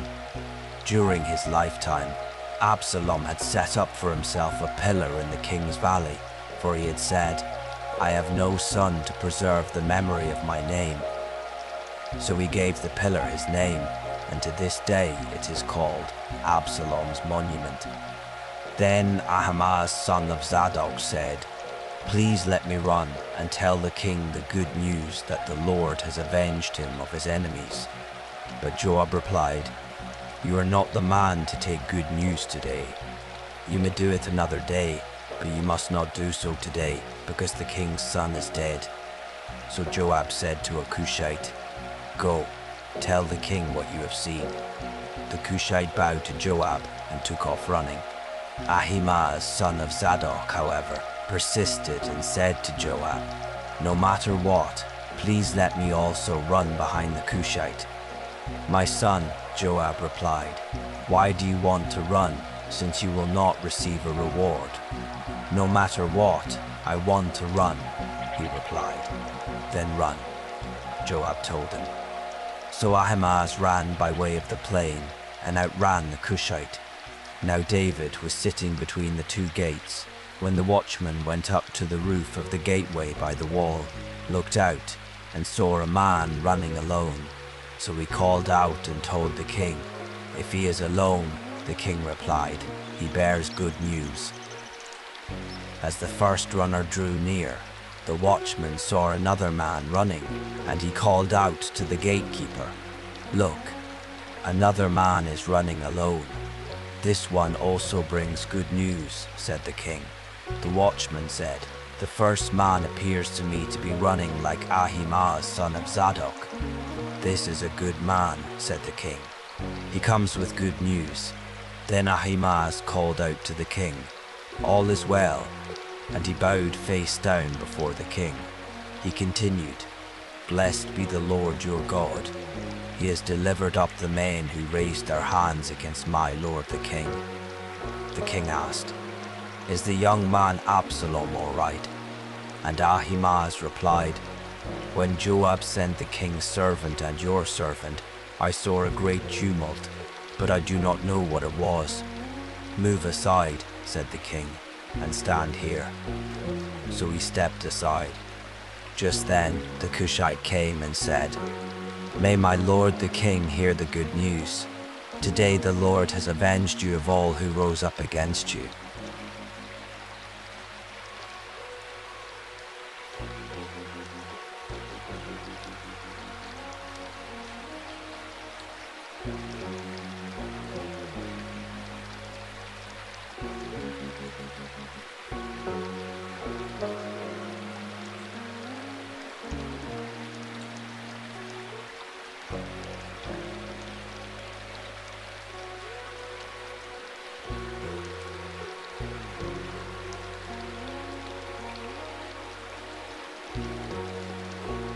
And as he walked, he cried out, O my son Absalom, my son Absalom. If only I had died instead of you, O Absalom, my son, my son. Soft stillness is welcome in this moment. You can settle as you need. Chapter 90. Then it was reported to Joab, The king is weeping and mourning over Absalom. And that day's victory was turned into mourning for all the people, because on that day they were told, The king is grieving over his son. So they returned to the city quietly that day, as people steal away in humiliation after fleeing a battle. But the king covered his face and cried out at the top of his voice, O my son Absalom, O Absalom, my son, my son. Then Joab went into the house and said to the king, Today you have disgraced all your servants who have saved your life and the lives of your sons and daughters, of your wives and of your concubines. You love those who hate you and hate those who love you. For you have made it clear today that the commanders and soldiers mean nothing to you. I know today that if Absalom were alive and all of us were dead, it would have pleased you. Now therefore get up. Go out and speak comfort to your servants, for I swear by the Lord that if you do not go out, not a man will remain with you tonight. This will be worse for you than all the adversity that has befallen you from your youth until now. So the king got up and sat in the gate, and all the people were told, Behold, the king is sitting in the gate. So they all came before the king. Meanwhile, the Israelites had fled, each man to his home. And all the people throughout the tribes of Israel were arguing, The king rescued us from the hand of our enemies and delivered us from the hand of the Philistines. But now he has fled the land because of Absalom. But Absalom, the man we anointed over us, has died in battle. So why do you say nothing about restoring the king? Then King David sent this message to Zadok and Abiathar, the priests. Say to the elders of Judah, Why should you be the last to restore the king to his palace, since the talk of all Israel has reached the king at his quarters? You are my brothers, my own flesh and blood. So why should you be the last to restore the king? And say to Amasa, Aren't you my flesh and blood? May God punish me, and ever so severely, if from now on you are not the commander of my army in place of Joab. So he swayed the hearts of all the men of Judah, as though they were one man, and they sent word to the king, Return, you and all your servants. So the king returned, and when he arrived at the Jordan, the men of Judah came to Gilgal to meet him and escort him across the Jordan. Then Shimei son of Gera, a Benjamite from Bahurim, hurried down with the men of Judah to meet King David, along with 1,000 men of Benjamin, as well as Ziba, the steward of the house of Saul, and his 15 sons and 20 servants. They rushed down to the Jordan before the king, and crossed at the ford to carry over the king's household, and to do what was good in his sight. When Shimei son of Gera crossed the Jordan, he fell down before the king and said, My lord, do not hold me guilty, and do not remember your servant's wrongdoing on the day my lord the king left Jerusalem. May the king not take it to heart. For your servant knows that I have sinned, so here I am today, as the first of all the house of Joseph to come down to meet my lord the king. But Abishai son of Zeruiah said, Shouldn't Shimei be put to death for this, because he cursed the Lord's anointed? And David replied, Sons of Zeruiah, what have I to do with you, that you should be my adversaries today? Should any man be put to death in Israel today, am I not indeed aware that today I am king over Israel? So the king said to Shimei, You shall not die. And the king swore an oath to him. Then Mephibosheth, Saul's grandson, went down to meet the king. He had not cared for his feet, or trimmed his mustache, or washed his clothes from the day the king had left, until the day he returned safely. And he came from Jerusalem to meet the king, who asked him, Mephibosheth, why did you not go with me? My lord the king, he replied. Because I am lame, I said. I will have my donkey saddled, so that I may ride on it and go with the king. But my servant Ziba deceived me, and he has slandered your servant to my lord the king. Yet my lord the king is like the angel of God, so do what is good in your eyes. For all the house of my grandfather deserves death for my lord the king, yet you have set your servant among those who eat at your table. What further right, then, do I have to keep appealing to the king? The king replied, Why say any more? I hereby declare that you and Ziba are to divide the land. And Mephibosheth said to the king, "Instead, since my lord, the king, has safely come to his own house, let Ziba take it all." Now Barzillai the Gileadite had come down from Rogelim to cross the Jordan with the king and send him on his way from there. Barzillai was quite old, 80 years of age, and since he was a very wealthy man, he had provided for the king while he stayed in Mahanaim. The king said to Barzillai, "Cross over with me, and I will provide for you at my side in Jerusalem." But Barzillai replied, "How many years of my life remain that I should go up to Jerusalem with the king? I am now 80 years old. Can I discern what is good and what is not? Can your servant taste what he eats or drinks? Can I still hear the voice of singing men and women? Why should your servant be an added burden to my lord the king? Your servant will go with the king only a short distance past the Jordan. Why should the king repay me with such a reward? Please let your servant return, that I may die in my own city near the tomb of my father and mother. But here is your servant Chimham. Let him cross over with my lord the king, and do for him what is good in your sight." The king replied, "Chimham will cross over with me, and I will do for him what is good in your sight, and I will do for you whatever you desire of me." So all the people crossed the Jordan, and then the king crossed over. The king kissed Barzillai and blessed him, and Barzillai returned home. Then the king crossed over to Gilgal, and Chimham crossed over with him. All the troops of Judah and half the troops of Israel escorted the king. Soon all the men of Israel came to the king and asked, "Why did our brothers, the men of Judah, take you away secretly and bring the king and his household across the Jordan, together with all of David's men?"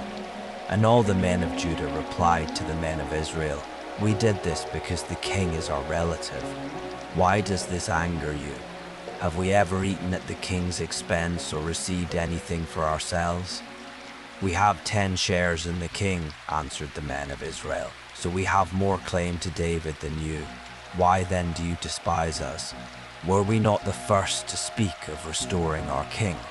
But the men of Judah spoke more fiercely than the men of Israel. Chapter 20. Now a worthless man named Sheba, son of Bichri, a Benjamite, happened to be there, and he blew the ram's horn and shouted, "We have no share in David, no inheritance in Jesse's son. Every man to his tent, O Israel." So all the men of Israel deserted David to follow Sheba, son of Bichri. But the men of Judah stayed by their king all the way from the Jordan to Jerusalem. When David returned to his palace in Jerusalem, he took the 10 concubines he had left to take care of the palace, and he placed them in a house under guard. He provided for them, but he no longer slept with them.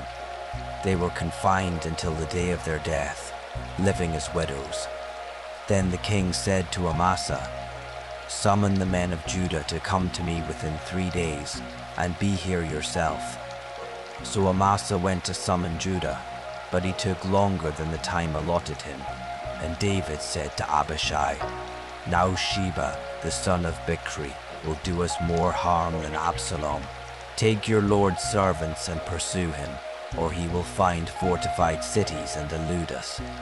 So Joab's men, along with the Cherethites, the Pelethites, and all the mighty men, marched out of Jerusalem in pursuit of Sheba, son of Bichri. And while they were at the great stone in Gibeon, Amasa joined them. Now Joab was dressed in military attire, with a dagger strapped to his belt. And as he stepped forward, he slipped the dagger from his sheath. "Are you well, my brother?" Joab asked Amasa. And with his right hand, Joab grabbed Amasa by the beard to kiss him. Amasa was not on guard against the dagger in Joab's hand, and Joab stabbed him in the stomach and spilled out his intestines on the ground. And Joab did not need to strike him again. for Amasa was dead. Then Joab and his brother Abishai pursued Sheba, son of Bishri. One of Joab's young men stood near Amasa and said, "Whoever favors Joab, and whoever is for David, let him follow Joab." But Amasa wallowed in his blood in the middle of the road, and when the man saw that all the troops were stopping there, he dragged the body off the road into a field and threw a garment over it. As soon as Amasa's body was removed from the road, all the men went on with Joab to pursue Sheba, son of Bishri. Sheba passed through all the tribes of Israel to Abel Beth Makkah and through the entire region of the Berites, who gathered together and followed him. And Joab's troops came and besieged Sheba in Abel Beth Makkah and built a siege ramp against the outer rampart of the city. As all the troops with Joab were battering the wall to topple it, a wise woman called out from the city, "Listen, listen, please tell Joab to come here so that I may speak with him." When he had come near to her, the woman asked, "Are you Joab?" "I am," he replied. "Listen to the words of your servant," she said. "I am listening," he answered. Then the woman said, "Long ago they used to say, 'Seek counsel at Abel,' and that is how disputes were settled. I am among the peaceable and faithful in Israel, but you are trying to destroy a city that is a mother in Israel. Why would you swallow up the Lord's inheritance?" "Far be it," Joab declared. "Far be it from me to swallow up or destroy. That is not the case. But a man named Sheba, son of Bichri, from the hill country of Ephraim, has lifted up his hand against the king, against David. Deliver him alone, and I will depart from the city." "Look," the woman replied, "his head will be thrown to you over the wall." Then the woman went to all the people with her wise counsel, and they cut off the head of Sheba, son of Bichri, and threw it to Joab. So he blew the ram's horn, and his men dispersed from the city, each to his own home. And Joab returned to the king in Jerusalem. Now Joab was over the whole army of Israel. Benaiah, son of Jehoiada, was over the Cherethites and Pelethites. Adoram was in charge of the forced labor. Jehoshaphat, son of Ahilud, was the recorder. Sheva was the scribe. Zadok and Abiathar were priests, and Ira the Jairite was David's priest. Chapter 21.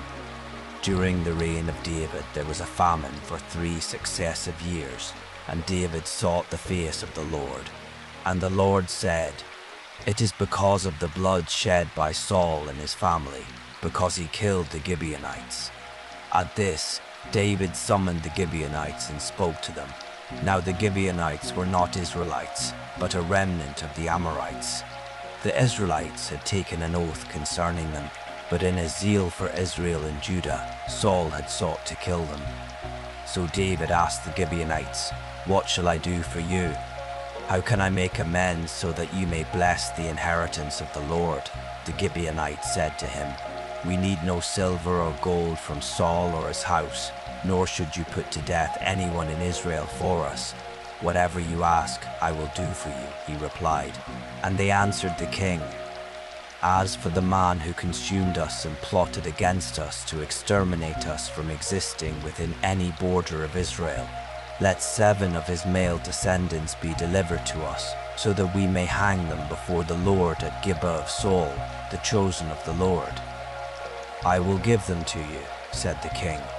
Now the king spared Mephibosheth, son of Jonathan, the son of Saul, because of the oath before the Lord between David and Jonathan, son of Saul. But the king took Armoni and Mephibosheth, the 2 sons whom Rizpah, daughter of Aiah, had borne to Saul, as well as the 5 sons whom Merab, daughter of Saul, had borne to Adriel, son of Barzillai, the Maholathite, and he delivered them into the hands of the Gibeonites, and they hanged them on the hill before the Lord. So all 7 of them fell together. They were put to death in the first days of the harvest, at the beginning of the barley harvest. And Rizpah, the daughter of Aiah, took sackcloth and spread it out for herself on a rock. From the beginning of the harvest until the rain from heaven poured down on the bodies, she did not allow the birds of the air to rest on them by day, nor the beasts of the field by night. When David was told what Saul's concubine Rizpah, daughter of Aiah, had done, he went and took the bones of Saul and his son Jonathan from the men of Jabesh Gilead, who had stolen them from the public square of Beth-shan, where the Philistines had hung the bodies after they had struck down Saul at Gilboa. So David had the bones of Saul and his son Jonathan brought from there, and they also gathered the bones of those who had been hanged.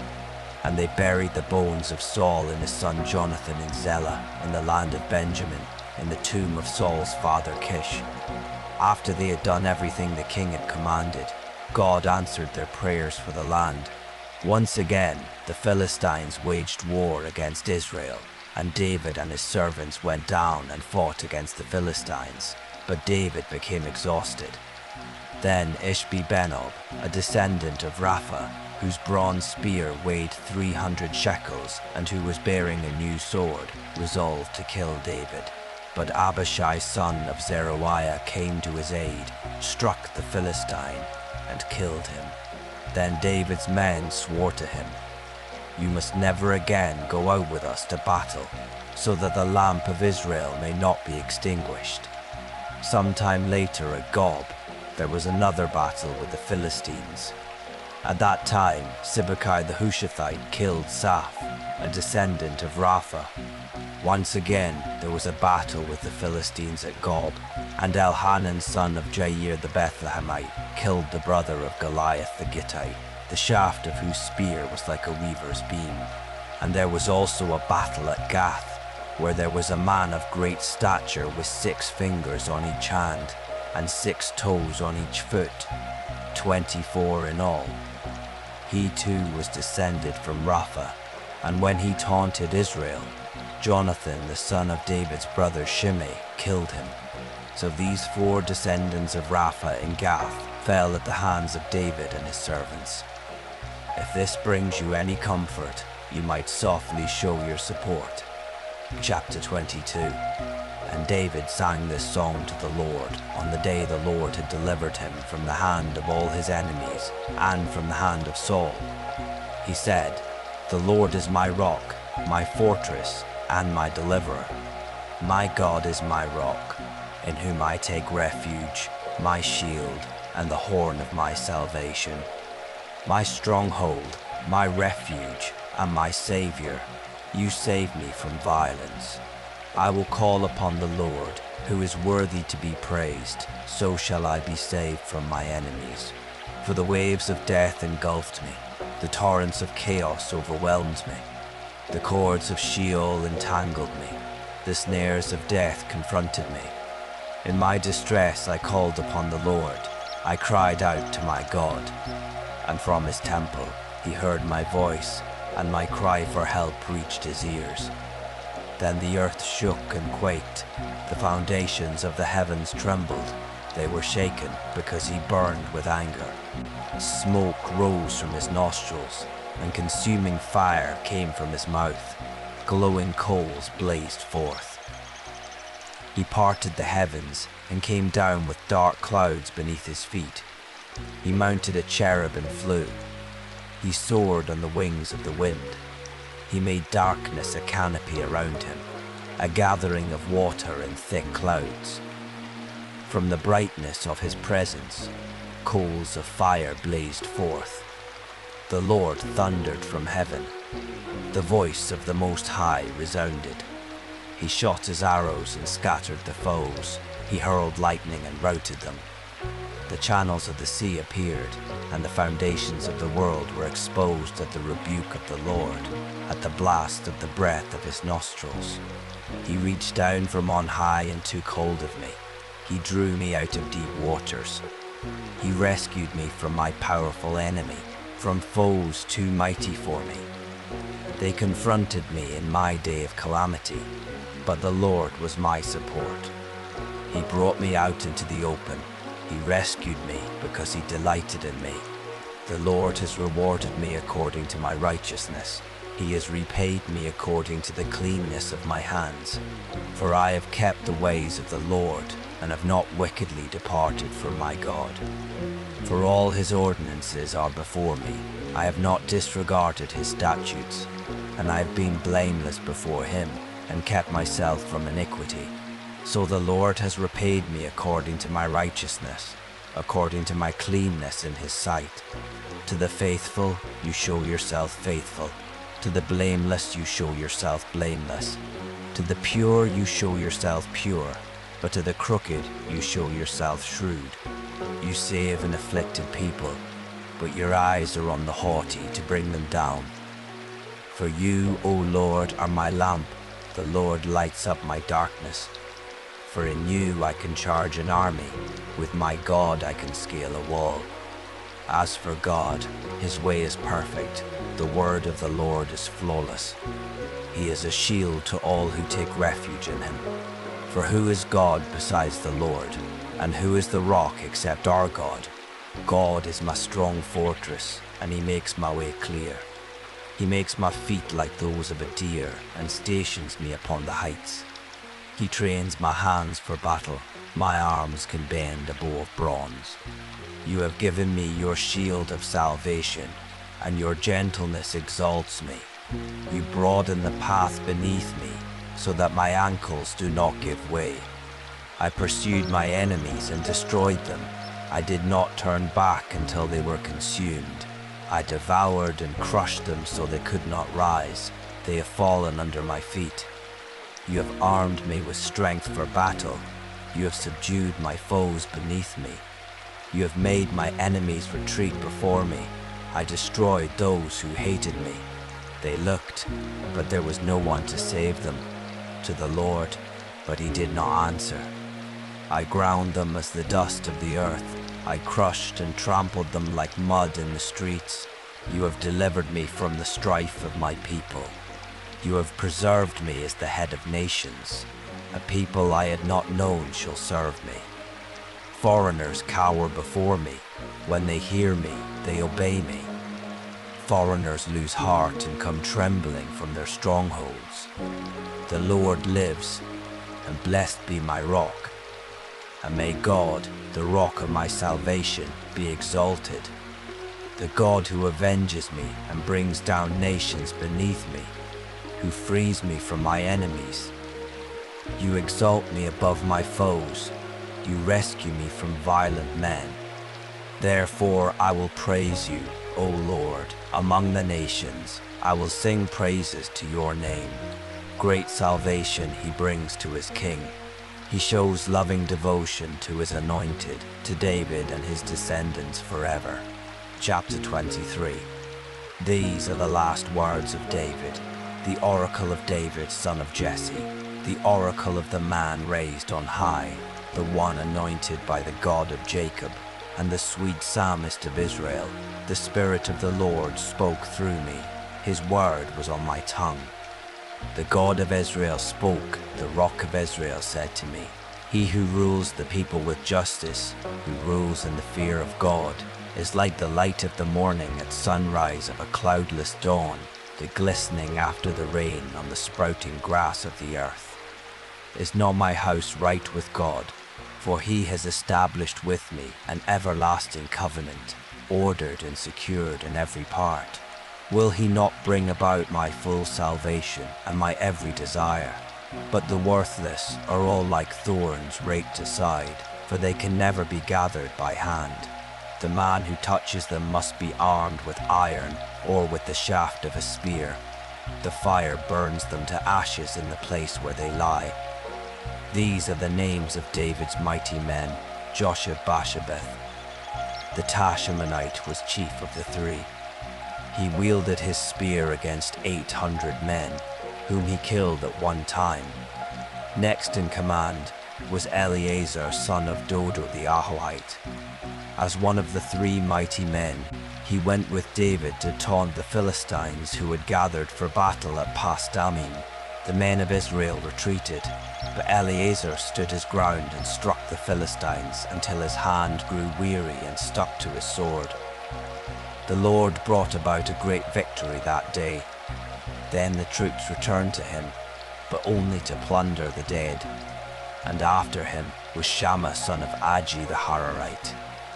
When the Philistines had banded together near a field full of lentils, Israel's troops fled from them. But Shammah took his stand in the middle of the field, defended it, and struck down the Philistines. So the Lord brought about a great victory. At harvest time, 3 of the 30 chief men went down to David at the cave of Adullam, while a company of Philistines was encamped in the valley of Rephaim. At that time, David was in the stronghold, and the garrison of the Philistines was at Bethlehem. David longed for water and said, "Oh, that someone would get me a drink of water from the well near the gate of Bethlehem." So the 3 mighty men broke through the Philistine camp, drew water from the well near the gate of Bethlehem, and brought it back to David. But he refused to drink it. Instead, he poured it out to the Lord, saying, "Far be it from me, O Lord, to do this. Is this not the blood of the men who risked their lives?" So he refused to drink it. Such were the exploits of the 3 mighty men. Now Abishai, the brother of Joab and son of Zeruiah, was chief of the 3, and he wielded his spear against 300 men, killed them, and won a name along with the 3. Was he not more honored than the 3? And he became their commander, even though he was not included among the 3. And Benaiah, son of Jehoiada, was a man of valor from Kabzeel, a man of many exploits. He struck down 2 champions of Moab, and on a snowy day he went down into a pit and killed a lion. He also struck down an Egyptian, a huge man. Although the Egyptian had a spear in his hand, Benaiah went against him with a club, snatched the spear from his hand, and killed the Egyptian with his own spear. These were the exploits of Benaiah son of Jehoiada, who won a name along with the 3 mighty men. He was most honored among the 30, but he did not become one of the 3. And David appointed him over his guard.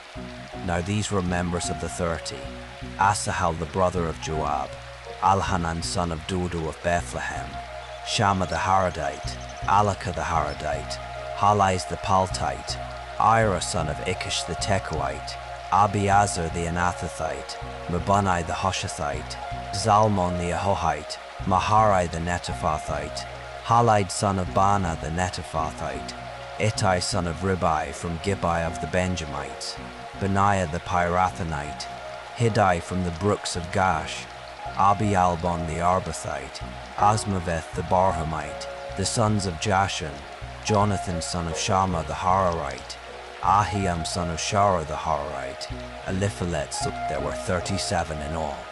Chapter 24. Again the anger of the Lord burned against Israel, and he stirred up David against them, saying, "Go and take a census of Israel and Judah." So the king said to Joab, the commander of his army, who was with him, "Go now throughout the tribes of Israel from Dan to Beersheba, and register the troops, so that I may know their number." But Joab replied to the king, "May the Lord your God multiply the troops 100 times over, and may the eyes of my lord the king see it. But why does my lord the king want to do such a thing?" Nevertheless, the king's word prevailed against Joab and against the commanders of the army. So Joab and the commanders of the army departed from the presence of the king to register the troops of Israel. They crossed the Jordan and camped near Aroer, south of the town in the middle of the valley, and proceeded toward Gad and Jazer. Then they went to Gilead and the land of Tatim Hodshi, and on to Dan Jan and around to Sidon. They went toward the fortress of Tyre and all the cities of the Hivites and Canaanites. Finally, they went on to the Negev of Judah, to Beersheba. At the end of 9 months and 20 days, having gone through the whole land, they returned to Jerusalem, and Joab reported to the king the total number of the troops. In Israel there were 800,000 men of valor who drew the sword, and in Judah there were 500,000. After David had numbered the troops, his conscience was stricken, and he said to the Lord, I have sinned greatly in what I have done. Now, O Lord, I beg you to take away the iniquity of your servant, for I have acted very foolishly. When David got up in the morning, the word of the Lord had come to Gad the prophet, David's seer. Go and tell David that this is what the Lord says. I am offering you 3 options. Choose one of them, and I will carry it out against you. So Gad went and said to David, Do you choose to endure 3 years of famine in your land, 3 months of fleeing the pursuit of your enemies, or 3 days of plague upon your land? Now then, think it over, and decide how I should reply to him who sent me. David answered Gad, I am deeply distressed. Please, let us fall into the hand of the Lord, for his mercies are great, but do not let me fall into the hands of men. So the Lord sent a plague upon Israel from that morning until the appointed time, and 70,000 of the people from Dan to Beersheba died. But when the angel stretched out his hand to destroy Jerusalem, the Lord relented from the calamity and said to the angel who was destroying the people, Enough, withdraw your hand now. At that time, the angel of the Lord was by the threshing floor of Araunah the Jebusite. When David saw the angel striking down the people, he said to the Lord, Surely I, the shepherd, have sinned and acted wickedly, but these sheep, what have they done? Please, let your hand fall upon me and my father's house. And that day, Gad came to David and said to him, Go up and build an altar to the Lord on the threshing floor of Araunah the Jebusite. So David went up at the word of Gad, just as the Lord had commanded. When Araunah looked out and saw the king and his servants coming toward him, he went out and bowed face down before the king. Why has my lord the king come to his servant? Araunah said. To buy your threshing floor, David replied, that I may build an altar to the Lord, so that the plague upon the people may be halted. Araunah said to David, May my lord the king take whatever seems good to him and offer it up. Here are the oxen for a burnt offering, and the threshing sledges, and ox yokes for the wood. O king, Araunah gives all these to the king. He also said to the king, May the Lord your God accept you. No, replied the king, I insist on paying a price, for I will not offer to the Lord my God burnt offerings that cost me nothing. So David bought the threshing floor and the oxen for 50 shekels of silver. And there he built an altar to the Lord, and offered burnt offerings and peace offerings. Then the Lord answered the prayers on behalf of the land, and the plague upon Israel was halted. Allow yourself to drift, held in gentle calm. Rest fully, peaceful and unhurried.